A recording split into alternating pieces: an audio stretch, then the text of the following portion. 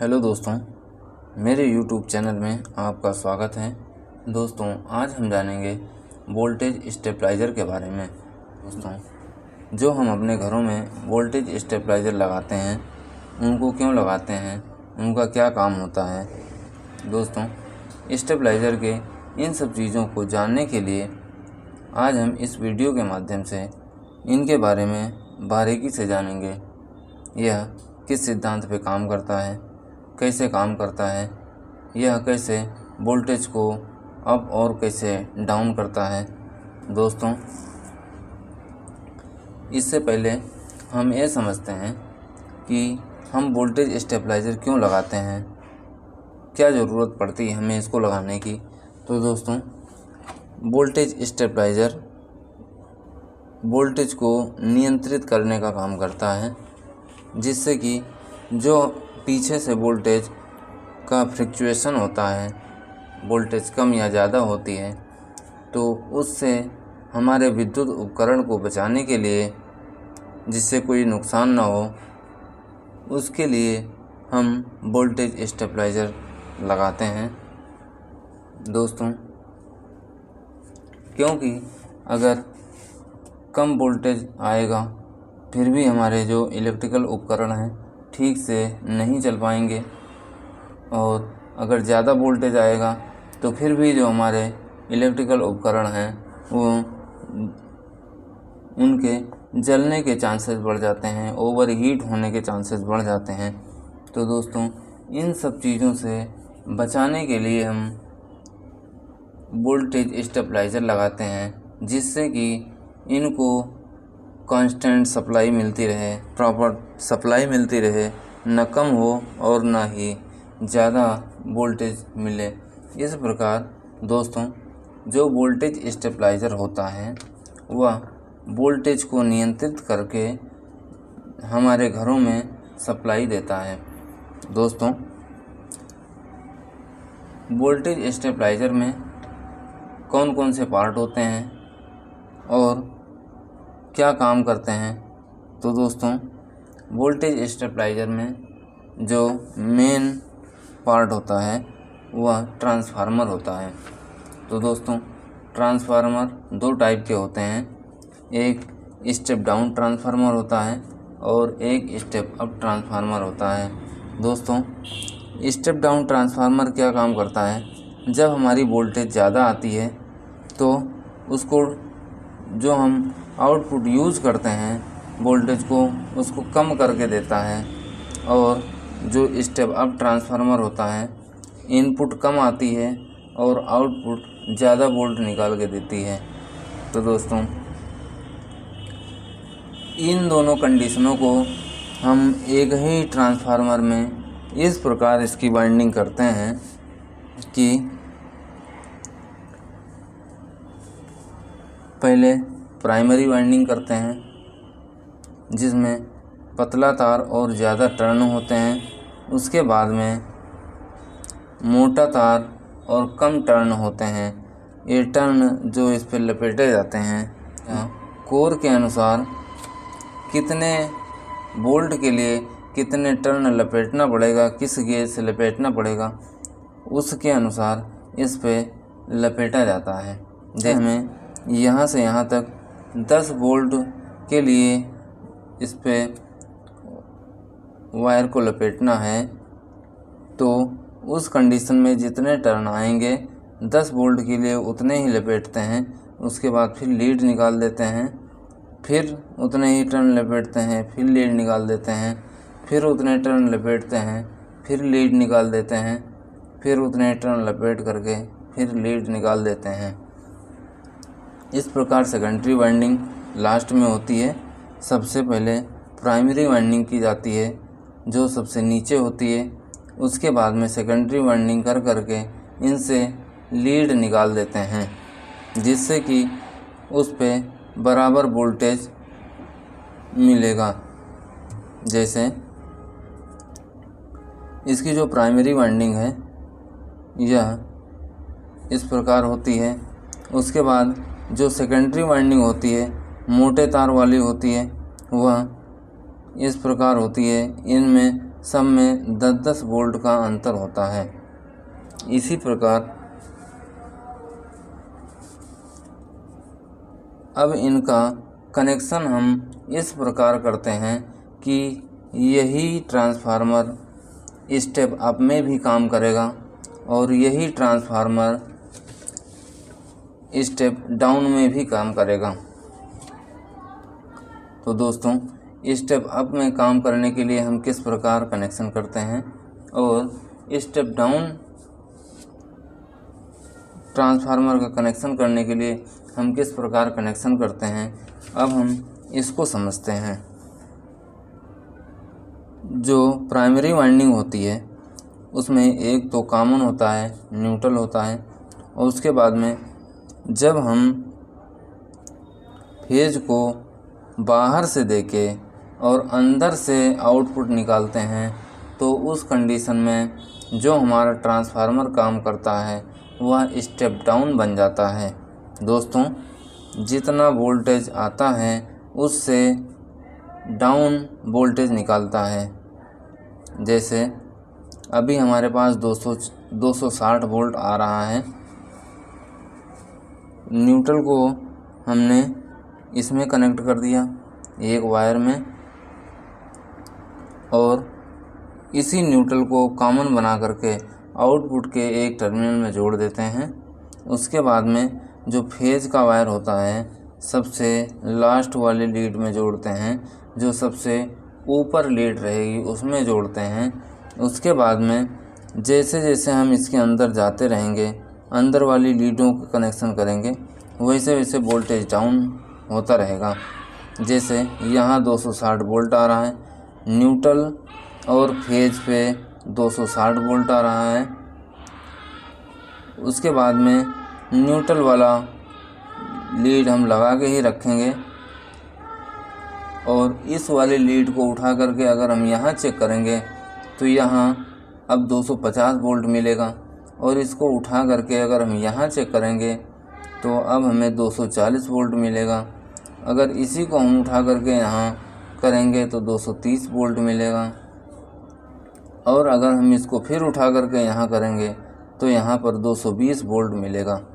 तो दोस्तों, इस प्रकार जैसे जैसे हम अंदर वाली लीडों के पास में जाते हैं वैसे वैसे ही वोल्टेज डाउन होता जाता है।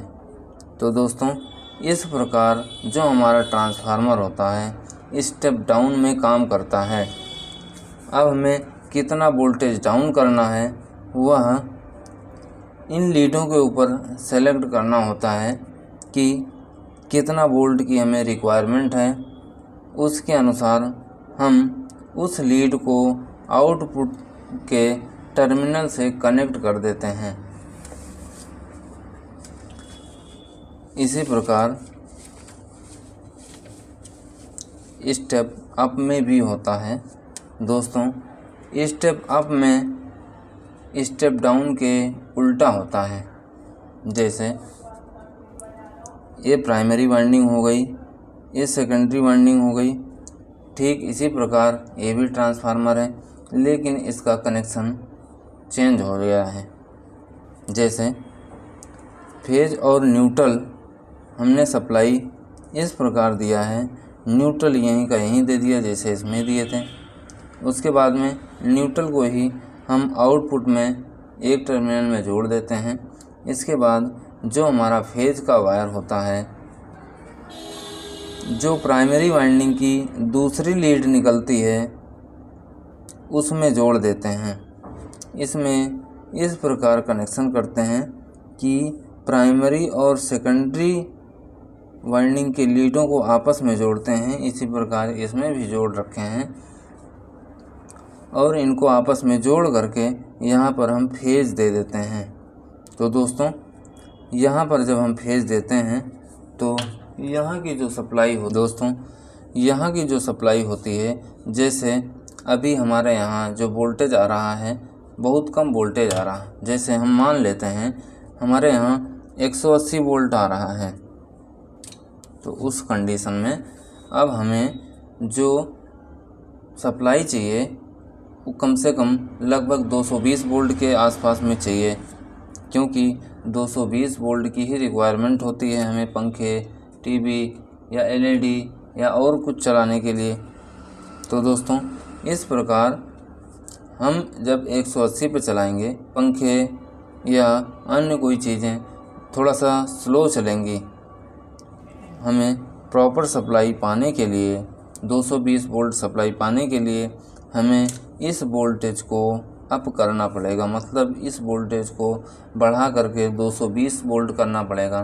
तो इसके लिए हम कनेक्शन इसी ट्रांसफार्मर में इस प्रकार करते हैं कि खाली इसके कनेक्शन चेंज हो जाते हैं, ट्रांसफार्मर वही रहता है।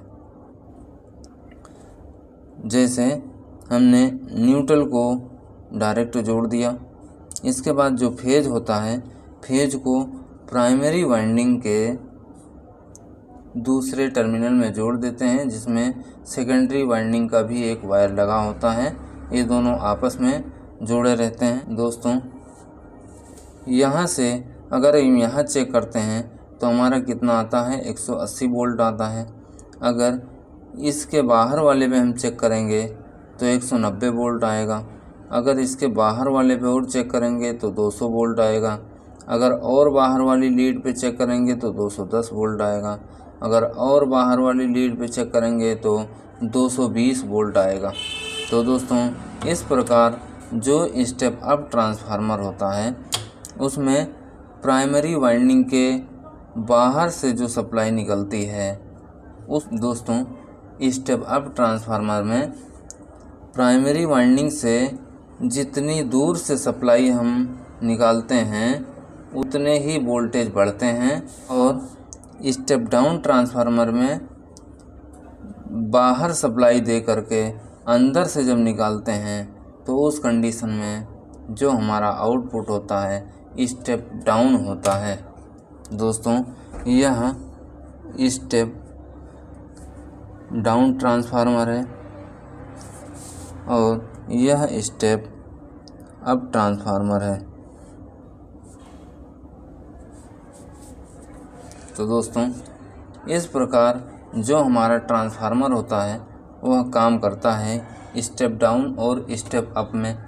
अब सवाल ये उठता है कि जब हमें किसी कांस्टेंट वोल्टेज की रिक्वायरमेंट होती है, दोस्तों जब हमें 220 वोल्ट की सप्लाई की ज़रूरत होती है और 260 आता है या 280 आता है और हमें 220 की ज़रूरत होती है, तो उस कंडीशन में हम इन तारों को उठा उठा के लगाते नहीं हैं।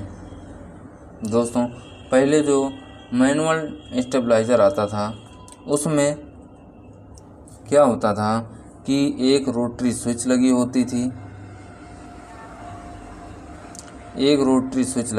थी, उसमें बीच में एक कॉमन का पॉइंट होता था। कॉमन वाला जो पॉइंट होता था दोस्तों वह आउट वाले टर्मिनल से जुड़ा होता था, और उसके बाद में यहाँ पर कई टर्मिनल होते थे इस प्रकार, और इन टर्मिनलों में इनके जो स्टेप वाले वायर होते थे ये सीधे यहाँ से यहाँ, यहाँ से यहाँ, यहाँ से यहाँ और यहाँ से यहाँ इस प्रकार जुड़े होते थे। तो दोस्तों जब हमें दिखता था कि वोल्टेज कम आ रहा है तो हम इसके नॉब को घुमा करके बढ़ा देते थे। जब हम इसके नॉब को घुमाते थे तो अगर एक नंबर पे इसका नॉब आके सेट हो गया तो एक नंबर से जो सप्लाई निकलेगी, जैसे यहाँ से जो सप्लाई निकलेगी वह इस टर्मिनल से होते हुए बीच के कॉमन वाले पॉइंट से होते हुए सीधा आउट वाले पॉइंट से जुड़ा होता है और वहाँ सप्लाई पहुँच जाती थी। अगर हमें वोल्टेज और बढ़ाना होता था तो हम जैसे 2 नंबर पे करते थे तो 2 नंबर पे ये जुड़ा होता था, 3 नंबर पे ये जुड़ा होता था, 4 नंबर पे ये जुड़ा होता था, 5 नंबर पे ये जुड़ा होता था। तो जिस पे हम इसको सेलेक्ट करते थे, जिस पे हम रोटरी स्विच को घुमा करके टच करते थे, उस पे नंबर लिखा होता था, वहाँ पर हम लाते थे।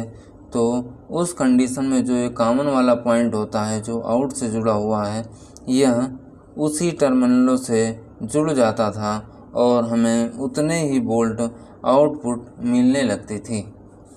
तो दोस्तों इस प्रकार मैनुअल स्टेबलाइज़र काम करता था। और इसके बाद में अब हमें घुमाने की भी ज़रूरत ना पड़े, क्योंकि कब वोल्टेज कम आता है और कब ज़्यादा आता है तो इसको इतनी जल्दी आदमी नहीं देख सकता। उसके लिए अब ऑटोमेटिक स्टेबलाइज़र आने लगे हैं। तो दोस्तों अब ऑटोमेटिक स्टेबलाइज़र क्या काम करते हैं, कैसे काम करते हैं, उसमें रिले लगी होती हैं और कार्ड लगा होता है जिसमें NO और NC के पॉइंट होते हैं। दोस्तों इस प्रकार रिले लगी होती हैं इसमें, और इसमें NO और NC के पॉइंट होते हैं। तो जिस प्रकार इनके ये जो वायर होते थे इसके कनेक्टर के नंबरों से जुड़े होते थे, कनेक्टरों से जुड़े होते थे, उसी प्रकार वायर होते हैं इनको अब रिले से जोड़ देते हैं। जो रिले के पॉइंट होते हैं उनसे जोड़ देते हैं और रिले को ऑन ऑफ करने के लिए इसमें एक वाइंडिंग हो जाती है, इसी में एक अलग से वाइंडिंग हो जाती है जिससे कि यह कम वोल्टेज वाली होती है। इससे एक कार्ड को सप्लाई दी जाती है, एक कार्ड को कंट्रोल किया जाता है। जैसे हम यहाँ बना देते हैं, एक कार्ड होता है, एक कार्ड होता है, इसमें इससे इसको कंट्रोल किया जाता है और इससे जो वायर निकलते हैं इससे रिले को कंट्रोल किया जाता है। तो दोस्तों कौन सी रिले कब ऑन होगी यह इसके अनुसार डिपेंड करता है, यह रिले को ऑन ऑफ करता है। दोस्तों जब हमारा वोल्टेज ज़्यादा आता है तो यहाँ भी ज़्यादा आता है, ये सेंस करके इस कार्ड को सिग्नल देता है कि इतने वोल्ट आ रहे हैं, और यह कार्ड डिसाइड करता है कि कौन सी रिले को ऑन करना है, कितना वोल्टेज बढ़ाना है या कितना वोल्टेज कम करना है। उसके अनुसार जो ये हमारा कार्ड होता है यह रिले को ऑन ऑफ करता रहता है ऑटोमेटिक, और हमें इसको देखने की ज़रूरत नहीं पड़ती। तो दोस्तों जो हमारा ऑटोमेटिक स्टेबलाइज़र होता है, चाहे मैनुअल स्टेबलाइज़र होता है, इसके काम करने का जो मेथड है, जो सिद्धांत है, एक ही है। चाहे तो हम इसको अलग अलग टच करें तब वोल्टेज उतना ही आएगा हमारी रिक्वायरमेंट के अनुसार। अगर वही कॉन्सेप्ट लागू होता है, अगर हम रोटरी स्विच लगाते हैं फिर भी हम इन्हीं कनेक्टरों पे कनेक्ट कर देते हैं कॉमन को, और चाहे तो जो रिले होती हैं, जो ऑटोमेटिक स्टेबलाइज़र होता है, उसमें भी यही होता है कि ये जो इनके पॉइंट होते हैं, जो इनके स्टेप के लिए इसमें वायर निकले होते हैं, उनको इन कनेक्टरों से, रिले के कनेक्टरों से जोड़ देते हैं, और रिले को कंट्रोल एक कार्ड करता है जिससे कि कब वोल्टेज को अप करना है या कब डाउन करना है। तो दोस्तों इस कार्ड को सिग्नल ये हमारा छोटा सा इसी ट्रांसफार्मर में वाइंडिंग किया होता है, जिससे कि यह इसको बताता रहता है कि जो पीछे का वोल्टेज है वो कितना आ रहा है। उसी प्रकार यह इसको कंट्रोल करता है। तो दोस्तों इस प्रकार वोल्टेज में इंडिकेटर और भी वोल्ट मीटर, एम्पियर मीटर, बहुत सारी चीज़ें लगी होती हैं, लेकिन जो वोल्टेज स्टेबलाइज़र का काम करने का सिद्धांत है दोस्तों इसी प्रकार होता है। तो दोस्तों हमें उम्मीद है कि वोल्टेज स्टेबलाइज़र से संबंधित जो भी डाउट हैं आपके क्लियर हो गए होंगे।